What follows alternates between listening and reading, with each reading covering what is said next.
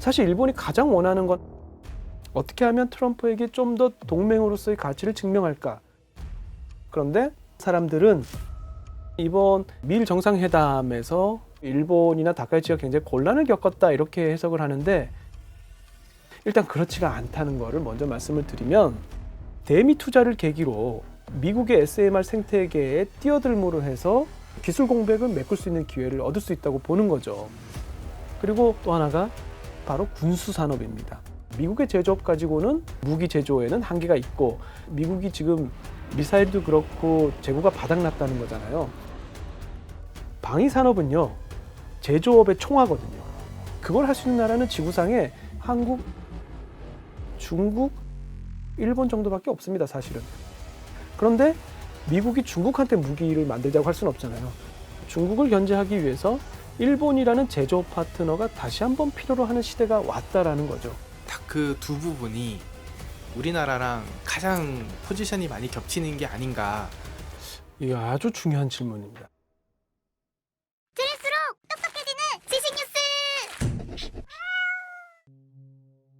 사실은 사나이노믹스가 실시되기 위한 조건들이 나쁘지 않았습니다. 2026년 초까지 사실은 일본 경제 상황이 꽤 좋은 방향으로 가고 있었는데, 이란 전쟁이 터지면서 이 중동 정세가 소용돌이처럼 모든 걸 다 이제 변화시키는 그런 변수가 됐습니다. 일단 사나이노믹스에서 지금 하려고 하는 게 소비세 감세하고 유류세 인하하고 두 가지를 통해서 소비를 좀 진작시켜 보겠다라고 했는데, 유류세 감세했던 부분들이 중동 전쟁 유가 인상으로 인해서 완전히 다 상쇄가 됐습니다. 그래서 한때 지금 일본에서 리터당 190엔 돌파했었거든요. 그래서 일본도 지금 최고 가격제 실시해서 리터당 170엔으로 관리하고 있고, 비축유도 풀고 있고, 이런 상황인데, まず、このガソリン等の価格補助ですが、ガソリンは、リッター約170円を超えないように 어쨌든 이런 충격이 길어지면 길어질수록 일본의 소비가 회복되는 시간은 더 늦어질 것이고, 총수요 부족이 상당 기간 이어질 수가 있다. 네, 한국에 대해서 일본 경제를 가르치고 또 연구하고 있는 이창민이라고 합니다. 반갑습니다.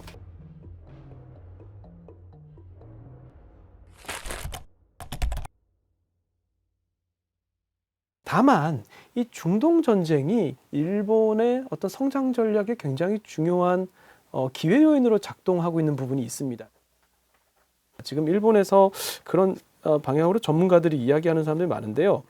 일단 첫 번째는 미국과 가장 강력한 동맹으로서의 미일 동맹을 다시 한번 다카이치가 과시하면서 확인했다라는 점입니다. 저는 이번 미일 정상회담을 통해서 다카이치가 굉장히 많은 걸 얻었다고 생각을 합니다. 이걸 먼저 좀 보여드려야 되겠네. 미일 정상회담 하면서 국제 정세에 관해서, 또 경제 안보에 관해서, 안전 보장에 관해서, 대미 투자에 관해서 크게 4가지 섹터로 많은 이야기들을 했거든요. 그런데 이제 국제 정세 관련해서 다카이치 총리가 이렇게 얘기했죠. 이란의 핵 개발은 용납할 수 없다. 미국의 입장을 그대로 동일하게 이야기를 했고요. イランに関してはもう核兵器の開発、これは許されてはならないことですから、日本も働きかけをしてきました。 또 호르무즈 봉쇄에 대한 우려도 나타냈습니다. 그러니까 미국의 트럼프가 이야기하는 거를 그대로 동의하는 형태로 얘기를 했고, 다만 트럼프가 원하는 것처럼 호르무즈에 대한 파병은 국내법의 한계로 어려움이 있을 것 같다. 日本の法律の範囲内でできることとできないことがございますので、これについては詳細にきっちりと説明をいたしました。 이걸 두고 또 뭐 일본이나 다카이치가 굉장히 곤란을 겪었다 이렇게 해석을 하는데, 일단 그렇지가 않다는 거를 먼저 말씀을 드리면, 일본은 이 게임을 해본 적이 있습니다. 사실은 오바마 시절에 미국하고 영국, 프랑스, 중국, 러시아, 독일 그리고 이란이 핵 합의를 했었습니다. 그게 JCPOA라고 포괄적 공동행동이죠. 이 핵 합의를 어렵게 했습니다. 그래서 이란이 이 우라늄 농축을 뭐 3.67% 이하로 낮추고, 또 농축된 우라늄을 300kg 이하로 뭐 킬로그램 이하로 제한하고 뭐 이런 것들을 합의를 했는데, 이후에 이제 트럼프가 당선이 되면서 2018년 5월에 이 합의에서 트럼프가 탈퇴를 해요. 그러면서 이란에 최대한의 제재를 가하게 됩니다.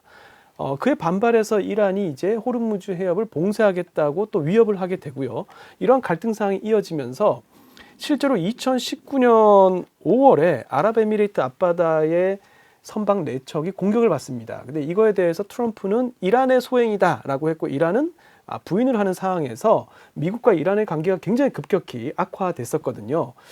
그래서 이걸 중재하러 이란으로 간 사람이 바로 아베 전 총리입니다. 아베가 트럼프의 절친이었기 때문에 트럼프의 친서를 들고 하메네이를 만났습니다. 사실은 이란과 일본의 관계가 굉장히 좋거든요. 그래서 사실은 이 줄타기 외교를 굉장히 잘했는데 그 이후에 트럼프가 이제 호르무즈를 지키는 그 연합을 만들 테니 참가하라. 지금이랑 비슷하죠. 그게 IMSC라고 국제해양안보구상을 이제 구성을 했는데 거기에 이제 일본이 참가를 해야 될지 말아야 될지를 두고 굉장히 고민을 했었습니다. 당시에. 미국의 요청을 거절하기도 어렵고 이란과의 관계를 생각하면 이란을 적으로 돌릴 수도 없고 굉장히 고민하다가 어떻게 했냐면 연합에는 참가하지 않았습니다. 그 대신에 일본이 독자적으로 자위대를 파견을 했습니다. 군함을 파견을 했고요. 조사 연구를 위한 정보 수집을 목적으로라는 명목으로 2020년, 2021년 2년 동안 자위대를 파견을 했었죠.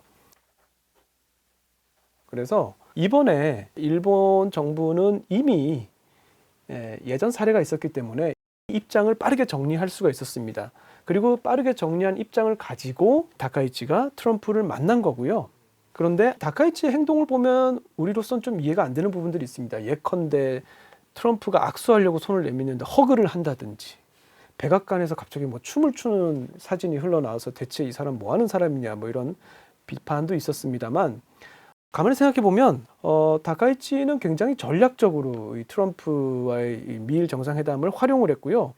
보시면 아시겠지만 다카이치가 시종일관 도날드라고 칭합니다. 世界中に、平和と繁栄をもたらせるのはドナルドだけだと思っています。 사실 퍼스트 네임으로 부르는 게 굉장히 친한 사이에서는 할 수 있는 거고 이거는 아베와 트럼프만 허용된 거거든요.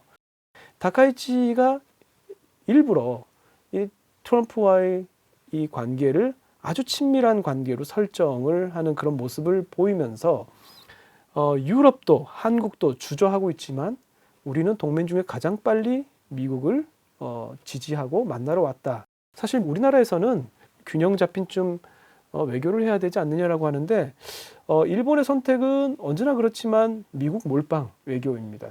뭐 미중을 저울질하거나 이런 건 없고요. 어떻게 하면 트럼프에게 좀 더 동맹으로서의 가치를 증명할까.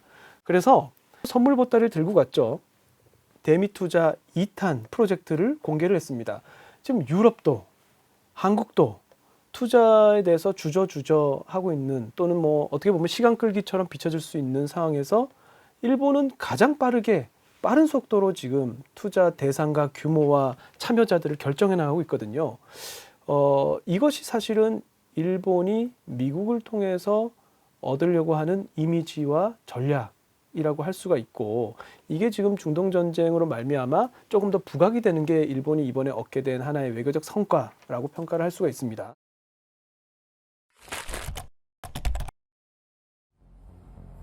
두 번째,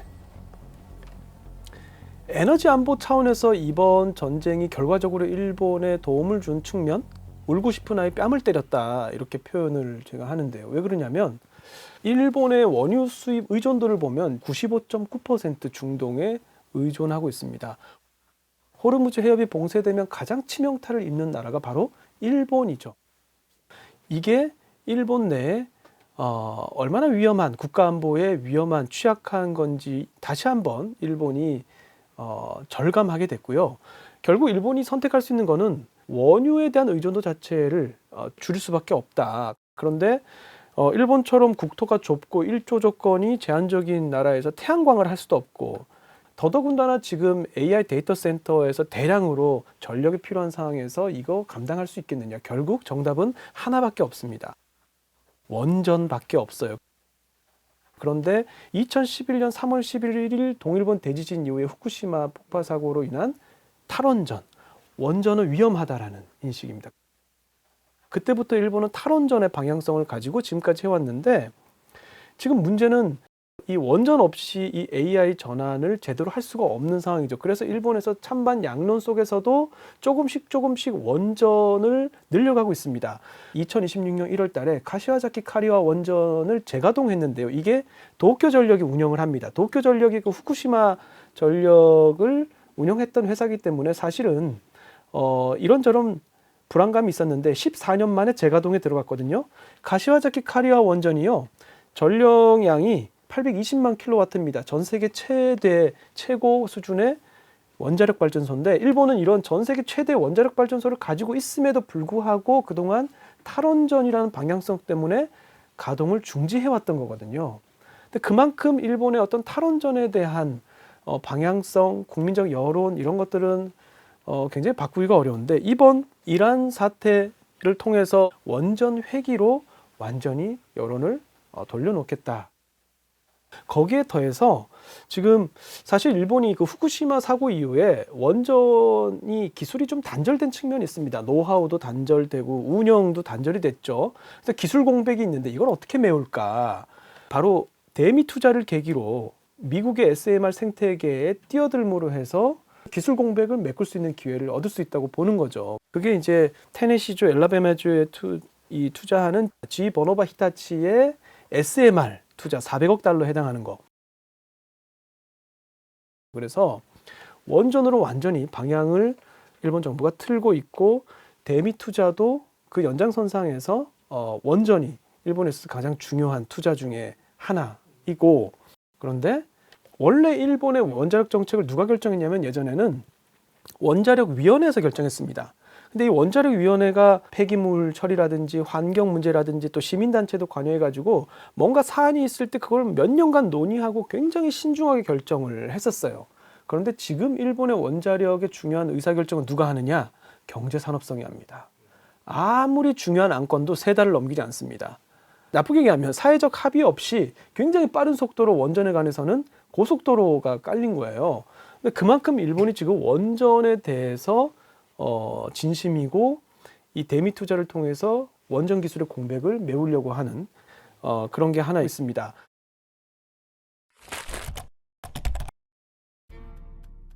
마지막 세 번째 찬스는 바로 군수 산업입니다. 이번 전쟁에서도 나타났지만 앞으로의 전쟁은 드론과 로봇을 대량으로 활용하는 하이테크 전쟁이 될 텐데 지금 전쟁에서 드러났지만은 미국이 소프트웨어는 강하지만 역시 하드웨어에는 한계가 있다. 미국의 제조업 가지고는 한계가 있고 미국이 지금 미사일도 그렇고 재고가 바닥났다는 거잖아요. 그러면 미국의 이 무기를 함께 제조할 수 있는 국가들이 어디 있을까? 그걸 할 수 있는 나라는 지구상에 중국, 한국, 일본 정도밖에 없습니다, 사실은. 왜냐하면 방위산업은요, 제조업의 총화거든요.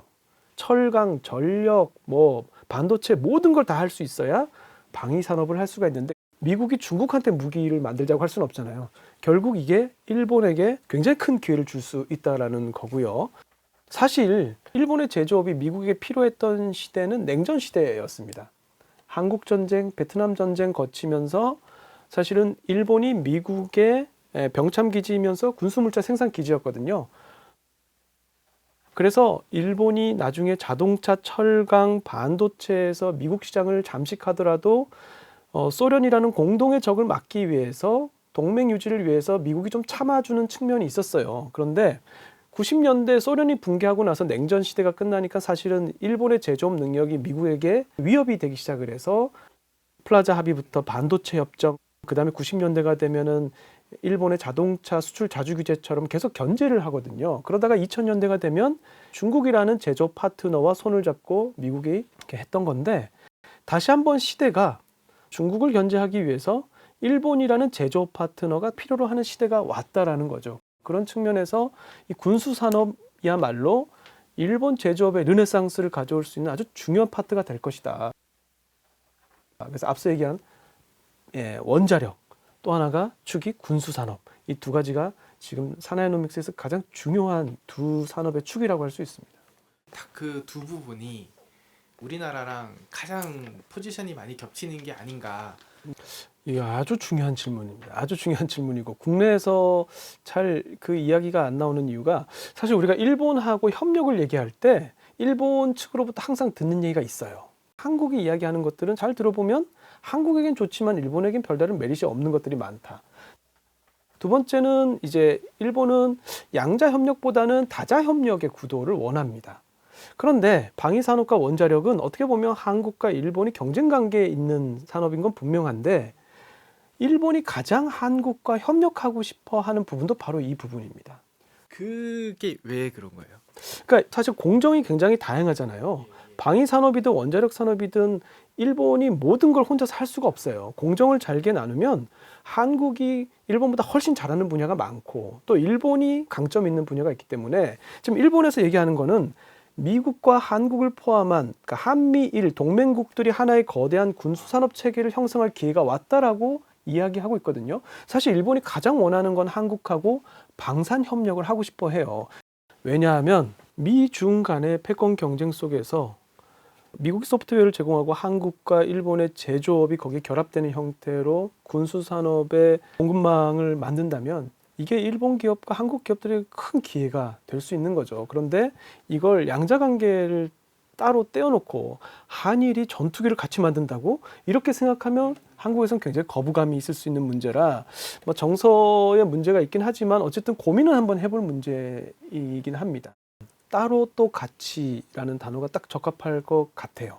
반도체도 경제안보 차원에서 국내에서 조달을 해야지만 되는 부분도 있을 수 있습니다. 왜냐하면 상대방이 불가결성을 가지고 공격 무기로 삼을 수도 있으니까 만약에 우리가 HBM을 공급하지 않는다면 이거 엄청난 무기겠죠. 그러니까 동맹국들 사이에서는 그것이 무기로 활용되지 않도록 공급망 차원에서 서로 이제 조정하는 그런 과정이 필요합니다. 사실은 동맹국들 간의 공급망을 공고히 할 수 있다면 이건 또 새로운 산업의 기회이기 때문에 그게 사실은 한일 경제 협력이고 한미일 경제 안보 협력의 형태인 거죠. 예. 그러니까 일본도 지금 하고 있는 전략이 그거든요. 미국과 같이 하지만 또 일본은 일본대로 미니 생태계를 구축해야 되는 부분도 있습니다. 안보 차원에서 이게 잘 매칭이 되도록 만드는 게 지금 이제 정부의 일이고 그래서 이제 정부의 역할이 커졌다는 거죠. 그래서 다카이치는 이걸 정부가 1부터 100까지 멱살을 잡고 지정을 할 테니까 기업들은 거기에 잘 따라오고 잘 따라오는 기업들에게는 세제 혜택과 보조금과 재정 지원을 하겠다는 거죠.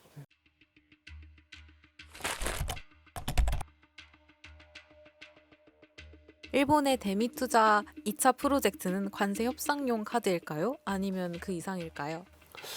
예, 사실은 이제 1차 투자와 2차 투자를 좀 같이 보면 좋은데 1차 투자에서 이제 세 가지 안건이 있었죠. 공업용 다이아몬드 제조, 그다음에 텍사스주 멕시코만의 이제 미국산 원유 수출 인프라, 그다음 오하이주의 이제 천연가스 발전소를 짓는데 1차 투자 안건에서 제일 중요한 건 세 번째 천연가스 발전이었습니다.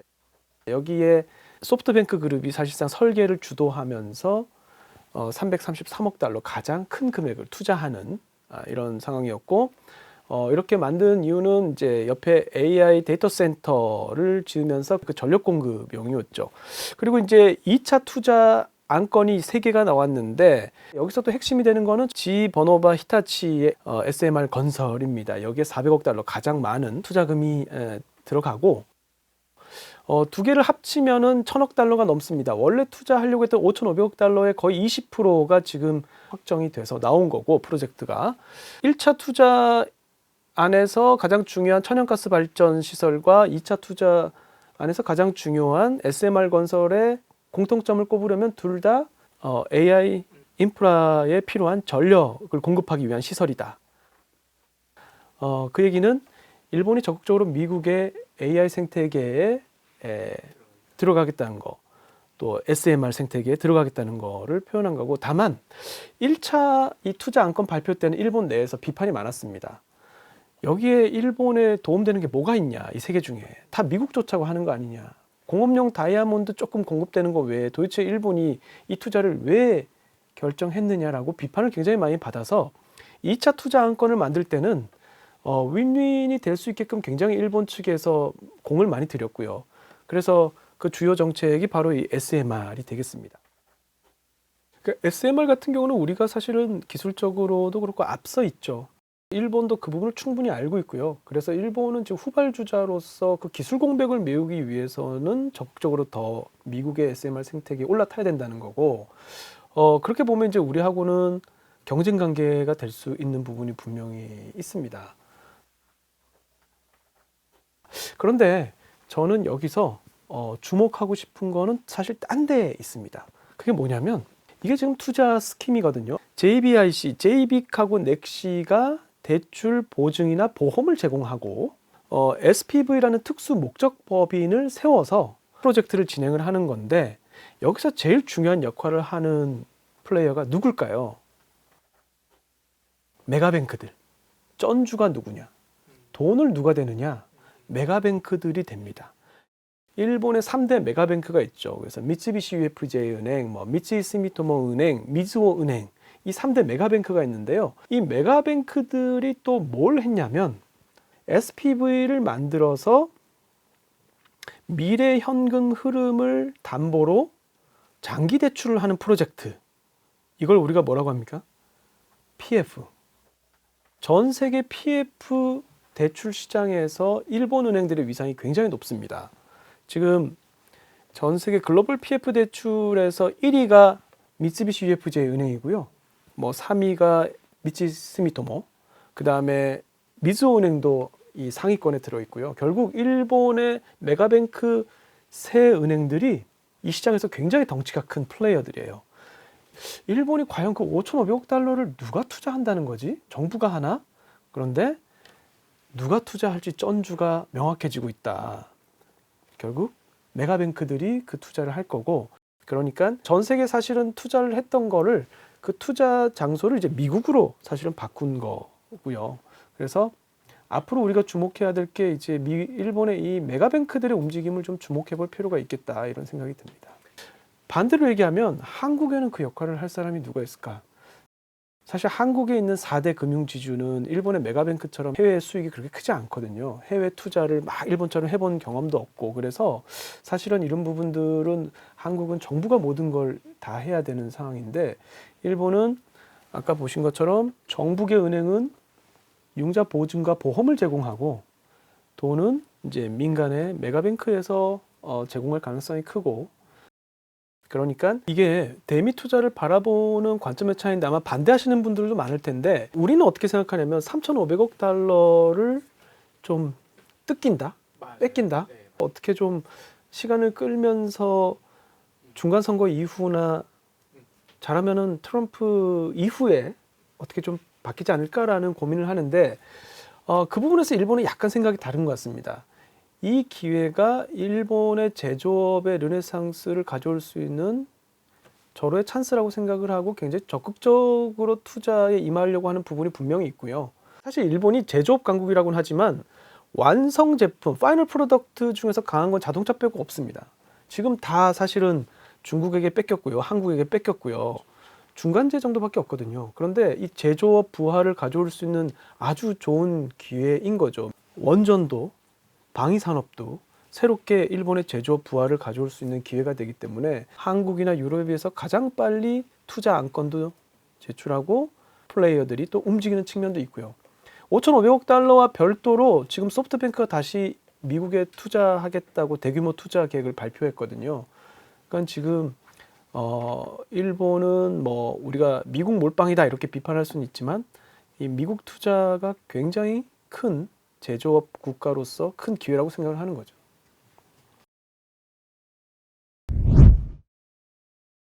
저는 개인적으로 이런 생각을 합니다. 중동 정세도 그렇고 샥이잖아요. 근데 샥은 우리가 제어할 수 없는 거죠. 언제든지 발생할 수 있고, 우리가 주목해야 될 것은 이제 구조적인 변화이고, 어떠한 충격에도 사실은 그게 기회 요인이 될 수 있습니다. 잘 생각해 보면 1차 오일 쇼크가 1973년에 왔을 때 일본 기업들이 가장 많은 고통을 겪기도 했지만, 그 이후에 에너지 절약, 연비가 좋은 자동차, 이런 기술 개발을 통해서 사실은 일본이 80년대에 선진국으로 올라서게 된 계기를 만들어 준 것도 사실은 오일 쇼크거든요. 그런 의미에서 지금 중동에서 벌어지는 일련의 사건들로 인해서 위기가 점점 커질 것이다라고 얘기하지만 사실은 장기적인 안목에서 보면 이걸 기회로 전환시키는 국가들도 있을 것이고 우리도 위기로만 볼 게 아니고 이걸 어떻게 기회 요인으로 전환시킬 것인가를 좀 고민해봐야 될 시점이라고 생각이 듭니다. 오늘의 교양일을 부탁해는 여기까지입니다. 감사합니다.